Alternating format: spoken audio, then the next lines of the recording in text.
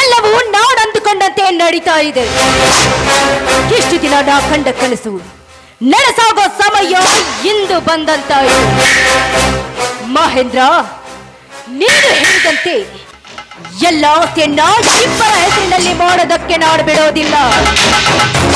ಈ ನನ್ನ ಸೌಂದರ್ಯದ ಮೋಡಿ ಇದ್ದ ವಕೀಲನಿಗೆ ಮಂಕು ಬಡಿಸಿ ಎಡಿ ಆಸ್ತಿಯನ್ನ ನನ್ನೊಬ್ಬರ ಹೆಸರಿನಲ್ಲೇ ಮಾಡ್ಕೊಳ್ತೀನಿ. ಆಮೇಲೆ ನನ್ನ ಮನ ಬಯಸಿದ ಪುರುಷನೊಂದಿಗೆ ಹಾಯಾಗಿ ಬದುಕಿ. ಅರೆ, ಈ ಪೃಥ್ವಿರಾಜ ಮನೆಗೆ ಬರದೆ 2 ದಿನವಾಯಿತು. ಎಲ್ಲಿ ಹಾಳಾಗಿ ಹೋಗಿದ್ದಾನೋ ಏನು. ಎಂಥ ಸಮಯದಲ್ಲಿ ಅವನಿದ್ದಿದ್ರೆ ಮನಸ್ಸಿಗೆ ಇಷ್ಟು ಸಂತೋಷ.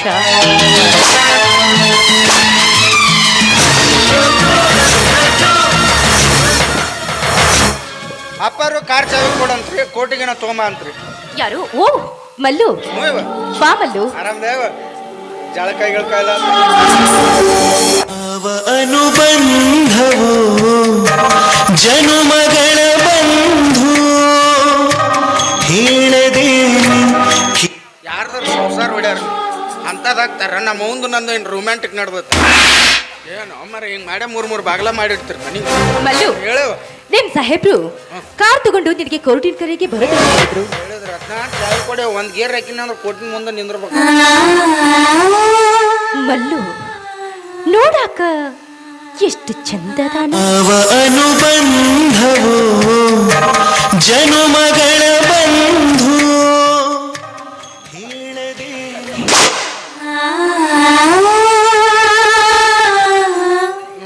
ಹಿತ್ತಲ ಗಿಡದಾಗ ಹಣ್ಣಿಟ್ಕೊಂಡು ಗಾಡಿಗೆ ಹುಡುಕಾಕ ಹೊಂಟಿನೆಲ್ಲ. ನಾನು ಎಂತ ಹುಚ್ಚಿ ಅಂತೀನಿ. ಇರ್ಲಿ, ಹೇಗೋ ಇವತ್ತು ಪೃಥ್ವಿರಾಜ ಬರೋ ಹಾಕೊಳ್ಳೋದಿಲ್ಲ. ಇದೇ ಚಾನ್ಸ್ ಅನ್ನ ಈ ಮಲ್ಲುಗೆ ಯಾಕೆ ಕೊಡಬಾರ್ದು? ಕಾಯಂ ಚಟನ ಐತೆ ಅನ್ರಿ ನಿಮಗೆ. ಹಂಗೇನಿಲ್ಲ ಮಲ್ಲು, ಈ ಒಳಗಿದೆ, ತಗೋ ಹೋಗು. ಹಸಿರುಗಳಿಗಿತ್ತು ಚಲೋ.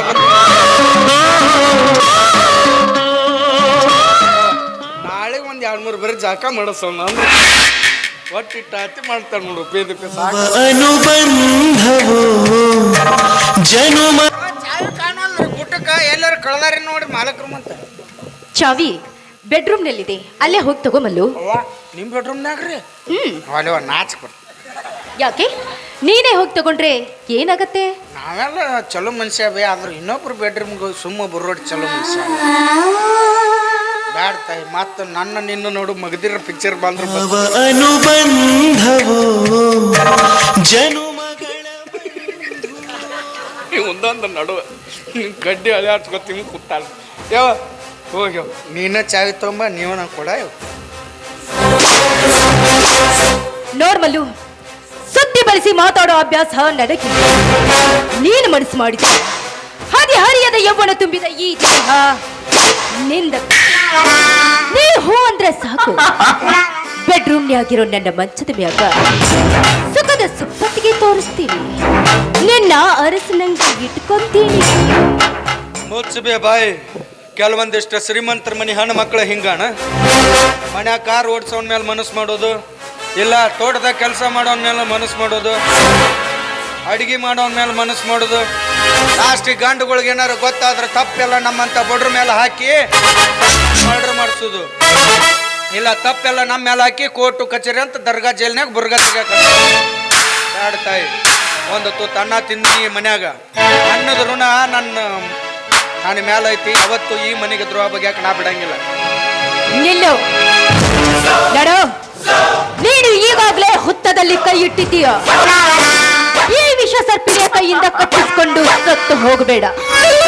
ಒಂದ್ ವೇಳೆ ಬದುಕಬೇಕು ಅನ್ನೋ ಆಸೆ ನಿನಗಿದ್ರ ನನ್ನ ಆಸೆಯನ್ನ ಈಡೇರಿಸು. ನಿನಗೆ ಎಷ್ಟು ಹಣ ಬೇಕೋ ಕೇಳು, ಆದ್ರ ನನ್ನ ಕಾಮಕ್ಕೆಯನ್ನ ಇಂಗಿಸಿದೆ ಹಾಗೆ. ಒಟ್ಟು ಈ ಅಗ್ನಿ ಪರೀಕ್ಷೆಯಲ್ಲಿ ಹುತ್ತಿನಲ್ಲಿ ಕೈ ಇಟ್ಟ ಮುತ್ತೈದೆ ಆಗಿ ನಾಗರವ ಹೊರಗೆ ತೋರಿಸಿ ಲಾಸ್ಟಿಗೆ ಅಂಡಿ.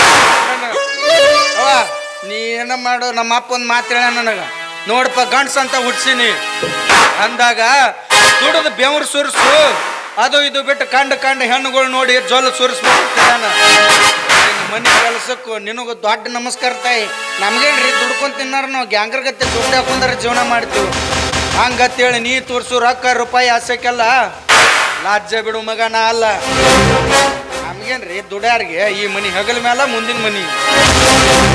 ನೋಡ್ಬಲ್ಲು, ನನ್ನ ಮಾತನ್ನ ತಿರಸ್ಕರಿಸಿ ನೀನು ಹೋಗಿದ್ದೆ, ಅದೇ ಈ ಮನೆ ಹೊತ್ತಿಲನ್ನ ಸಹ ನೀನು ಕಾಣೋದಿಲ್ಲ. ಹುಷಾರ್, ನನ್ನ ಕಾಮದ ಹೊರಡ ಈಡೇರಿಸಿಲ್ಲ ಅನ್ನೋ ಒಂದೇ ಒಂದು ಕಾರಣಕ್ಕೆ ನನ್ನ ಮಾವನ್ನ ಈ ಮನೆಯಿಂದಾನೆ ಹೊರ ಹಾಕದೆ ನನ್ನ ಕಾಮದ ಈಡೇರಿಸಿಕೊಳ್ಳೋದಕ್ಕೆ ಎಲ್ಲಿ ನನ್ನಂತೆ ಅಡ್ಡಿ ಆಗ್ತಾಳೋ ಅಂತ ತಿಳಿದು ಅವಳ ಮೇಲೆ ಸುಳ್ಳು ಅಪವಾದನ ಹೊರಿಸಿ ಭಿಕ್ಷೆ ಬೇಡೋದಕ್ಕೆ ರೋಡಿಗತ್ತೆ ಇಷ್ಟೆಲ್ಲ ಮಾಡಿರೋ ನನಗೆ ನೀನ್ ಯಾವ ಲೆಕ್ಕ?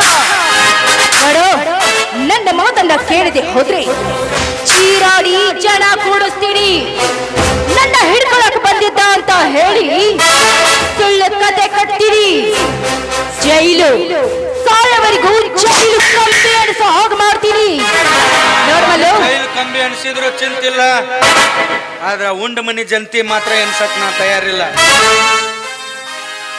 ನೋಡ್ಮಲ್ಲು, ಜೈಲಿನಲ್ಲಿ ಬಿದ್ದು ಸತ್ತು ಹೋಗೋದಿಕ್ಕೆ ನನ್ನ ಅಂಗ ಸ್ಪರ್ಶದಲ್ಲಿ ಈ ಸೌಂದರ್ಯವನ್ನ ಅನುಭವಿಸುವ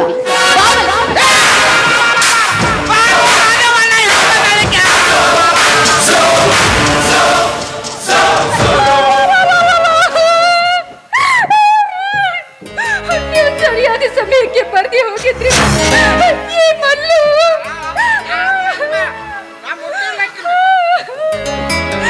ನನ್ನ ಶೀಲವನ್ನೇ ಹಾಳು ಮಾಡ್ತೀನಿ. Wow, fantastic.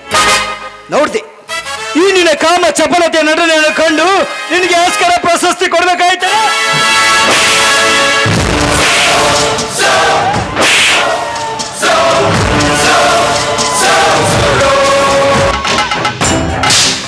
ನನ್ನ ಜೀವನದಲ್ಲಿ ಬಂದು ನನ್ನ ಮನಸ್ಸನ್ನೇ ಕಲ್ಲು ಮಾಡಿ ಈ ಕೈಗಳಿಂದ ನನ್ನ ತಂದೆ ತಾಯಿಗಳ ಹೊರಗೆ ಹಾಕಿದಲ್ಲ. ಯಾಕೆ ಹಾಕಿದೆ?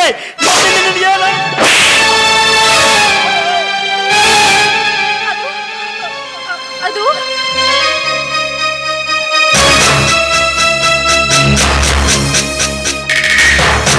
ಹೆಣ್ಣಿನ ಮಾತು ಕೇಳಬಾರದು, ನೆರಳಿನ ಬೆನ್ನು ಹತ್ತಬಾರದು ಅಂತ ಈ ಹೆಣ್ಣು ಎಂಬ ಮಾಯೆ ಬೆನ್ನು ಹತ್ತಿ ನನ್ನ ಮುತ್ತಿನಂತ ರಕ್ತಗಳನ್ನು ಕಳೆದುಕೊಂಡ ಪಾಪಿ ನಾನು. ಈ ಕೈಗಳಿಂದ ಈ ಕಾಲುಗಳಿಂದ ಚಿತ್ರಹುಷ ಕೊಟ್ಟ ಪಾಪಿ ನಾನು. ಯಾಕೆ ನನಗೆ ಯಾಕೆ ಮೋಸ ಮಾಡಿದೆ? ನನ್ನಿಂದ ನಿನಗೆ ಏನಾಗಬೇಕಾಗಿತ್ತು? ಹೇಳ್ತೀನಿ, ನನ್ನೇನು ಮಾಡಬೇಡಿ. ಹಣದ ಮೇಲಿನ ವ್ಯಾಮೋಹದಿಂದ ಇಲ್ಲಿವರೆಗೂ ನನ್ನ ತಾಯಿ ಹೇಳಿದ ಹಾಗೆ ಕೇಳ್ತಾ ಬಂದೆ. ಅದಕ್ಕೆ ನನಗೆ ದುಡ್ಡಿನವ್ರು ಬೇಕಾಗಿತ್ತು, ಹುಡುಕ್ತಾ ಇದ್ದೆ. ಅಂತ ಸಮಯದಲ್ಲಿ ನೀವು ಸಿಕ್ಕ್ರಿ. ಎಲ್ಲಿ ನಿಮ್ಮ ಆಸ್ತಿಯನ್ನ ದೋಚ್ಕೊಳ್ಳೋದಕ್ಕೆ ನಿಮ್ಮ ತಂದೆ ತಾಯಿ ಎದುರಾಗ್ತಾರೋ ಅಂತ ತಿಳಿದು ಅವರ ಮೇಲೆ ಸುಳ್ಳು ಆಪಾದನೆಯನ್ನ ಹೊರಿಸಿ ಮನೆಯಿಂದ ಹೊರ ಹಾಕ್ದೆ. ದಯವಿಟ್ಟು ನನ್ನ ತಪ್ಪನ್ನ ಕ್ಷಮೆ ಅನ್ನುವ ಶಬ್ದ ನಿನ್ನ ಬಾಯಿಂದ ಬರವಲ್ಲ. ಹಣಕ್ಕಾಗಿ ಈ ರೀತಿ ಮಾಡ್ತಾ ಇದ್ದೀಯ. ಹಣ ಮತ್ತು ಪರಪುರುಷರ ವ್ಯಾಮೋಹ ಹೆಚ್ಚಾಗಿದ್ರೆ ನೀನು ಎಷ್ಟು ಹಣ ಬೇಕೋ ಅಷ್ಟು ಹಣ ಈ ಮನೆಯಿಂದ ಕೊಡ್ತಾ ಇದ್ದೆ. ನಿನಗೆ ಯಾವ ಬೇಕೋ ಅವ್ರ ಜೊತೆ ನೀನು ಓಡಿ ಹೋಗಬಹುದಾಗಿತ್ತು. ಹಣಕ್ಕಾಗಿ ನನ್ನನ್ನು ಬೆಳೆಸಿಕೊಂಡು ಈ ರೀತಿ ನನ್ನ ಮನಸ್ಸಲ್ಲಿ ಕಲ್ಲು ಮಾಡಿದ ಪಾಪಿ ನೀನು. ಹಣಕ್ಕಾಗಿ ಸೂರ್ಯು ಕೂಡ ರಸ್ತೆಗಿಳಿದು ಬಂದು ಬೇಕಾದಷ್ಟು ದುಡ್ಡು ಗಳಿಸ್ತಾರೆ. ಆ ಸುಳಿಗೂ ನಿನಗೂ ಏನ್ ವ್ಯತ್ಯಾಸ? ಗರತಿ ಎಂಬ ಪಟ್ಟಕ್ಕೂ ಸೂರ್ಯ ಎಂಬ ಪಟ್ಟಕ್ಕೂ ಅಜಗಜಾಂತರ ವ್ಯತ್ಯಾಸವಿದೆ. ಹೀಗಿರುವಾಗ ಹಣಗೋಸ್ಕರ ನನ್ನನ್ನು ಕಟ್ಟಿಕೊಂಡಿದೆಯಲ್ಲ, ನಾನು ಕಟ್ಟಿದ ಕರವ ನಿನ್ನ ಕೊರಳಿಗೆ ಹಾಕೆ ಹರಿದು ಹಾಕೆ ಬಿಸಾಕೆ.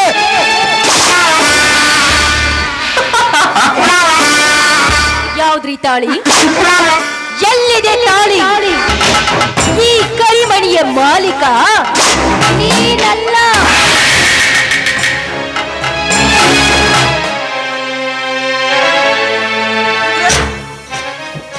ಮಾತಿನ ಅರ್ಥ?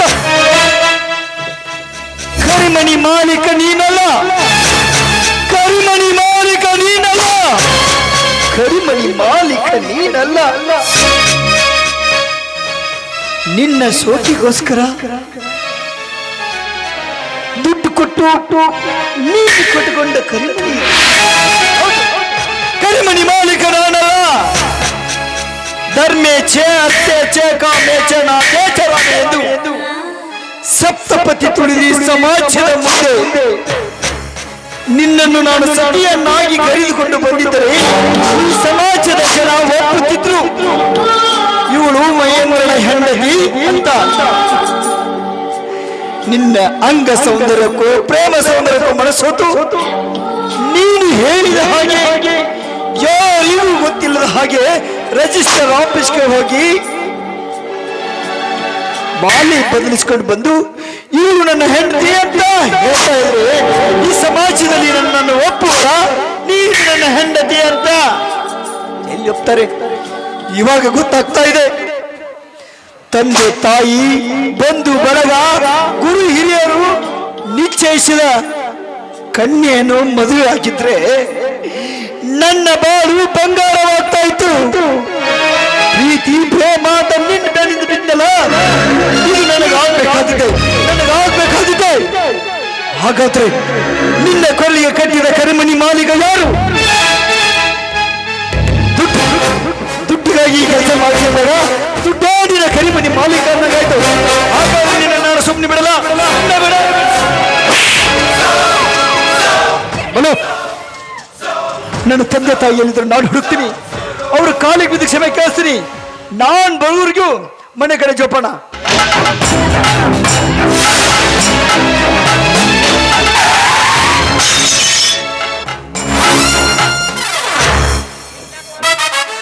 ಆಗ ಮೆಟ್ಲೆ ಹೊಡ್ಕೊತಿದ್ರು ನಿನ್ನ ಬಾಳೆ ಹಿಂಗ್ಯಾಕಿರ್ತಿತ್ತು.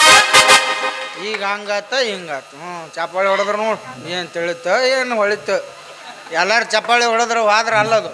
ನಮ್ಮ ತಂದೆ ತಾಯಿ ಉಣ್ಣಿಸಿ ತಿನ್ನಿಸಿ ಎತ್ತಾಗ ರಂಬಿಸಿ ನಮ್ಮನ್ನು ಜೋಪಾನ ಮಾಡಿರ್ತಾರಂದ್ರೆ ನಮಗೆ ಯಾವತ್ತೂ ದ್ರೋಹ ಬಗೆಯಂಗಿಲ್ಲ. ನಮಗೆ ತಕ್ಕಂಥದ್ದು ನಮ್ಮ ಮನೆ ತನಕ ತಕ್ಕಂಥದ್ದು ನಮ್ಮ ಕನ್ಯಾ ತೆಗೆದು ಮದುವೆ ಮಾಡ್ತಿರ್ತಾರೆ. ಆದ್ರೆ ನಾವು ಕನ್ಯಾ ನೋಡಕ್ಕೆ ಹೋದಾಗೆಲ್ಲ ಕರ್ರಗದಾಳ, ಮೂಗು ದ್ವಾಡ್ದೈತಿ, ನನಗೆ ಎತ್ತರ ಕಳ ಹನ್ನೆರಡು ಹೆಸರಿಟ್ಟು ತಿಮ್ಮಕ್ಕಿ ಗೋನಿ ಹಿಡ್ಕೊಂಬರ್ತಾರೆ.